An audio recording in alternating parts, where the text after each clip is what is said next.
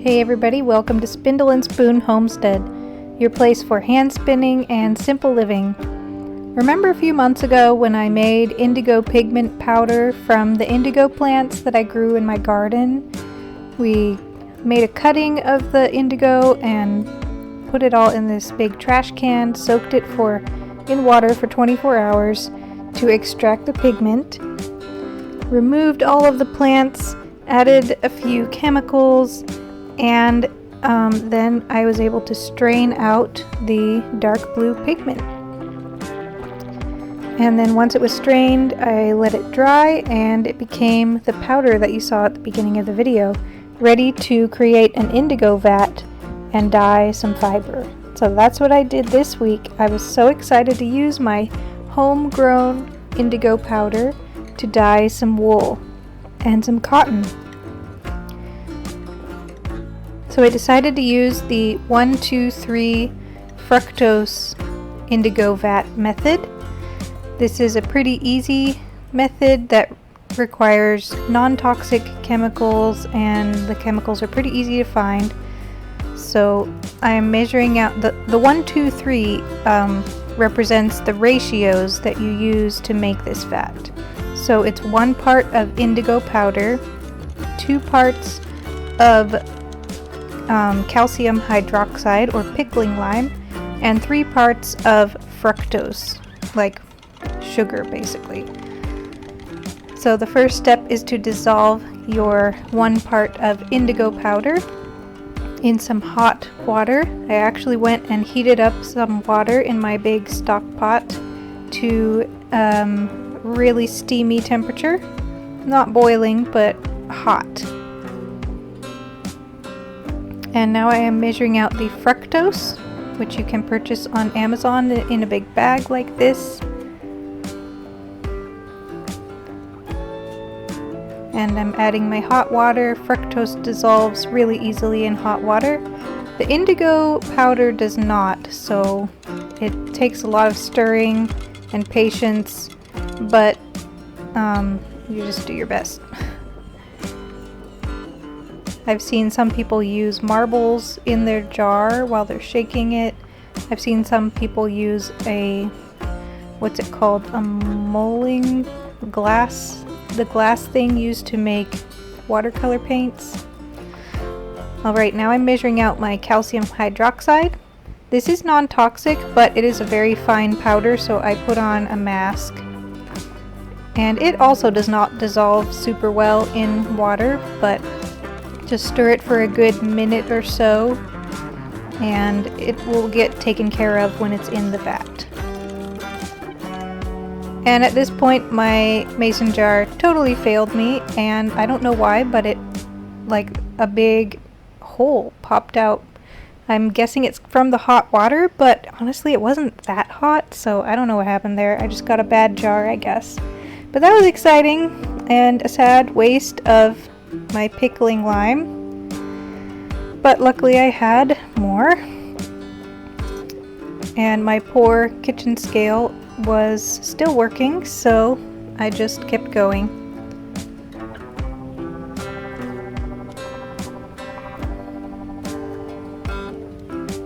I highly recommend doing this project outside. You never know. So I'm measuring out my calcium hydroxide or pickling lime.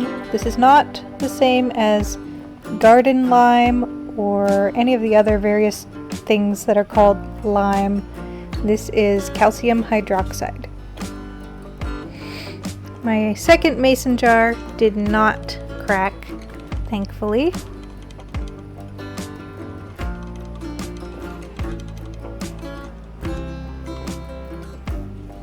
And then you pour them all into your bucket, which I had poured most of the hot water into this 5-gallon bucket to begin with. I just saved a little bit out to dissolve my chemicals in the jars.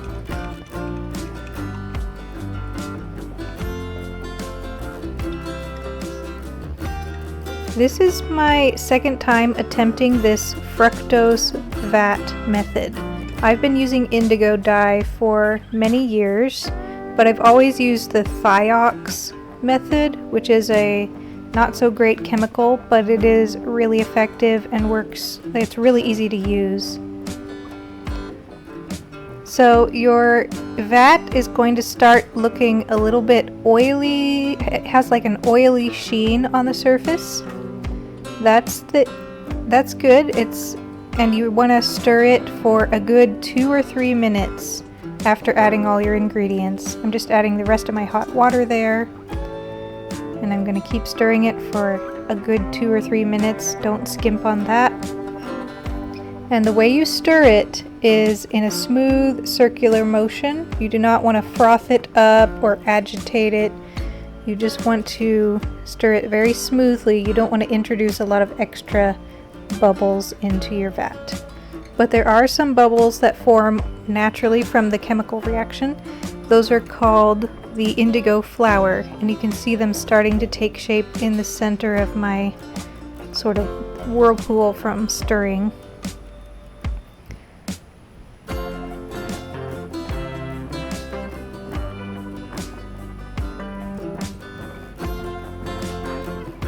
So the nice thing about the fructose vat is that it is non-toxic. There's my indigo flower. All those little bubbles in the center, and you can see the surface has an oily, purplish, coppery kind of sheen. That's perfect. But it's not quite ready. You've got to let it settle for 30 minutes and make sure you cover it. Here's me checking it after 30 minutes. You can see it looks even more coppery.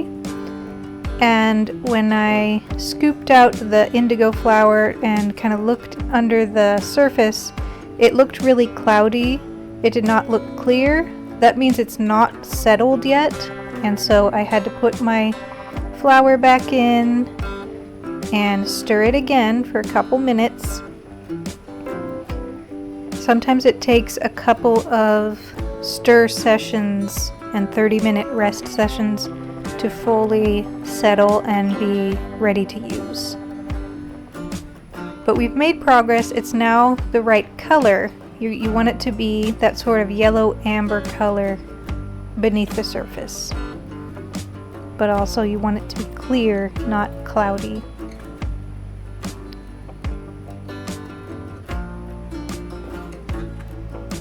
So I did try to do this type of vat last summer with my homegrown indigo pigment, but it didn't really work that well. It sort of worked, but I only got really pale blues out of it. And I kind of didn't want to try again because the indigo pigment was so precious to me. I kind of hoarded it and I didn't use it. Alright, now it is clear. It's hard to see in my video, but I checked in real life. I checked this and it was clear amber colored liquid beneath the surface. So I'm adding my first batch of wool, and you want your whatever fibers you're dyeing or fabric or whatever, you want it to be thoroughly wet so that it can easily absorb the vat liquid. You're going to hold it under the water, under the liquid, for a few minutes so that it can absorb the dye evenly, but you do not want to swish it around and stir it around and agitate the vat. If you agitate the vat, it introduces oxygen, which messes with the chemistry and makes the vat not work at all. So even when you're lifting things out, like I'm using these tongs to carefully squeeze out the excess liquid so that I don't introduce a whole lot of bubbles and oxygen into my vat.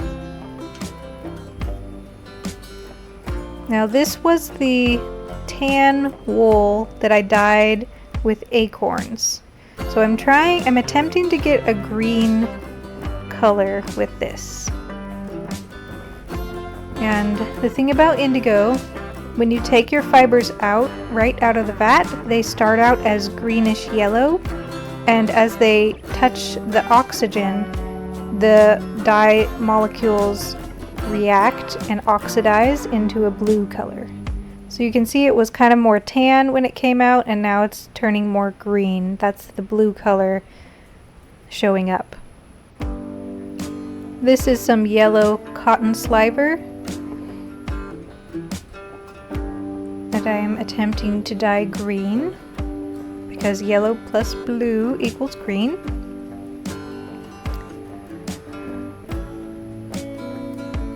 Cotton takes forever to soak up, at least this sliver does. It takes forever to soak up liquid of any kind, whether it's dye or just water. So like I was saying before, last summer I did try this kind of vat, but I was unsuccessful. So I just kept using my purchased Indigo and the more toxic chemicals, which I've used for many years, and I know how to do it safely. But I've always wanted to try this again, and this summer I harvested so much pigment that I was like, there's no reason to hoard this anymore. I have so much. So I felt like I could try the vat and I wouldn't be so worried about it not working. If it was a failure, I still had plenty left. And it actually was a success, so I'm really happy with that. Here's the cotton. It absorbed the dye kind of on the outsides, but not on the insides. So pretty much everything you're going to want to dip at least 2 times just to get a more even color. So this is the brown again. With each successive dip into the vat, you get a deeper shade of blue.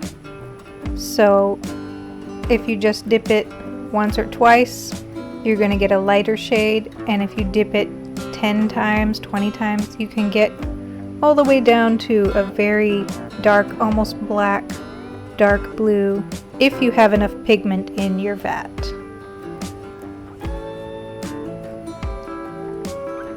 Here's that cotton going in again, attempting to get a more even color throughout the sliver. I don't mind if it's a little blotchy because this is spinning fiber, and it's kind of fun to spin variegated fibers, and they kind of blend a little bit more as you're creating the yarn. But I did want it to be more green than yellow.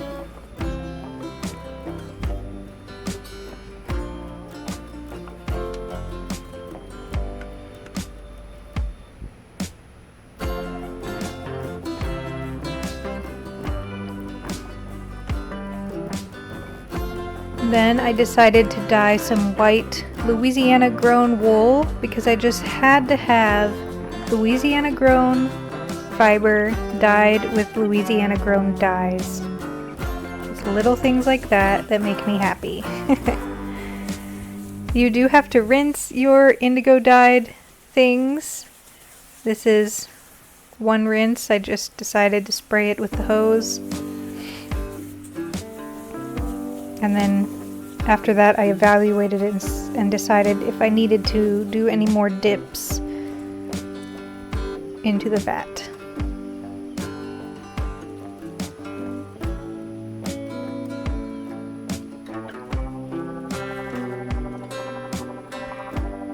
This cotton sliver always looks so much darker when it's wet than when it's dry. I'm still learning how to dye this stuff so that I can get the colors that I want. Right now it's very, very, very dark teal, but we'll see if it becomes more green as it dries. The tan wool is a very murky, mossy, greenish brown, so that's kind of fun. I feel like that's good for fall.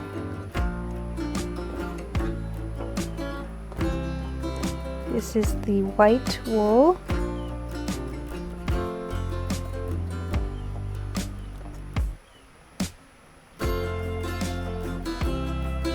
You can see it's more greenish right there, but as it hits the air, it turns into a beautiful light true blue. That's the most enchanting thing about indigo, is watching the color change just magically in the air. It's so much fun. It's not as obvious when you're over-dyeing yellow things to a green color, but when you're dyeing something that's pure white, it's such a fun, just enchanting process, watching it shift from green to blue.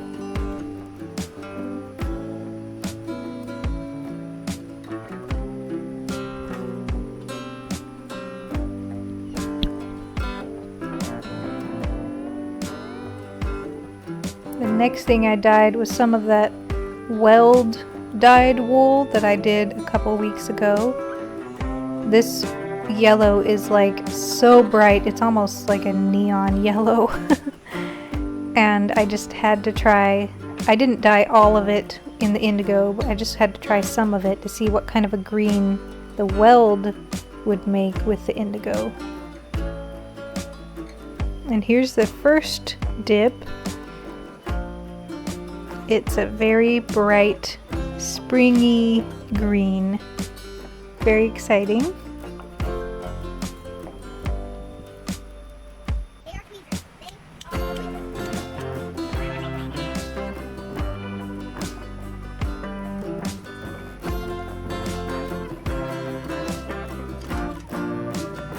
And this is after the second dip.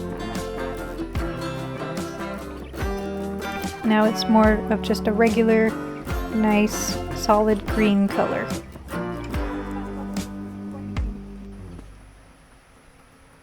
This is some pale butter yellow wool sliver that I decided to over dye as well. And it turned out a nice teal blue color.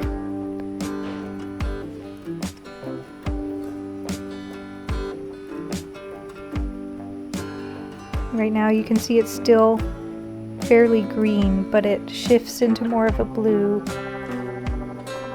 as it rests in the air.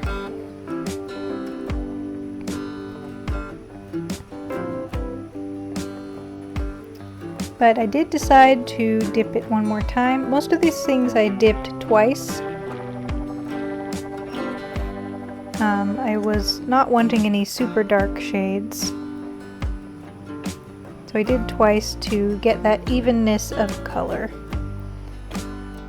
And these are the colors that I ended up with. I've got the white turned blue wool in the top left, then the yellow, bright yellow weld dyed wool on the top right, over dyed with indigo into a green, and the bottom right is the pale butter yellow wool over dyed with indigo to that dark teal color, and the bottom left is the tan acorn and walnut dyed wool that is now kind of this mossy color.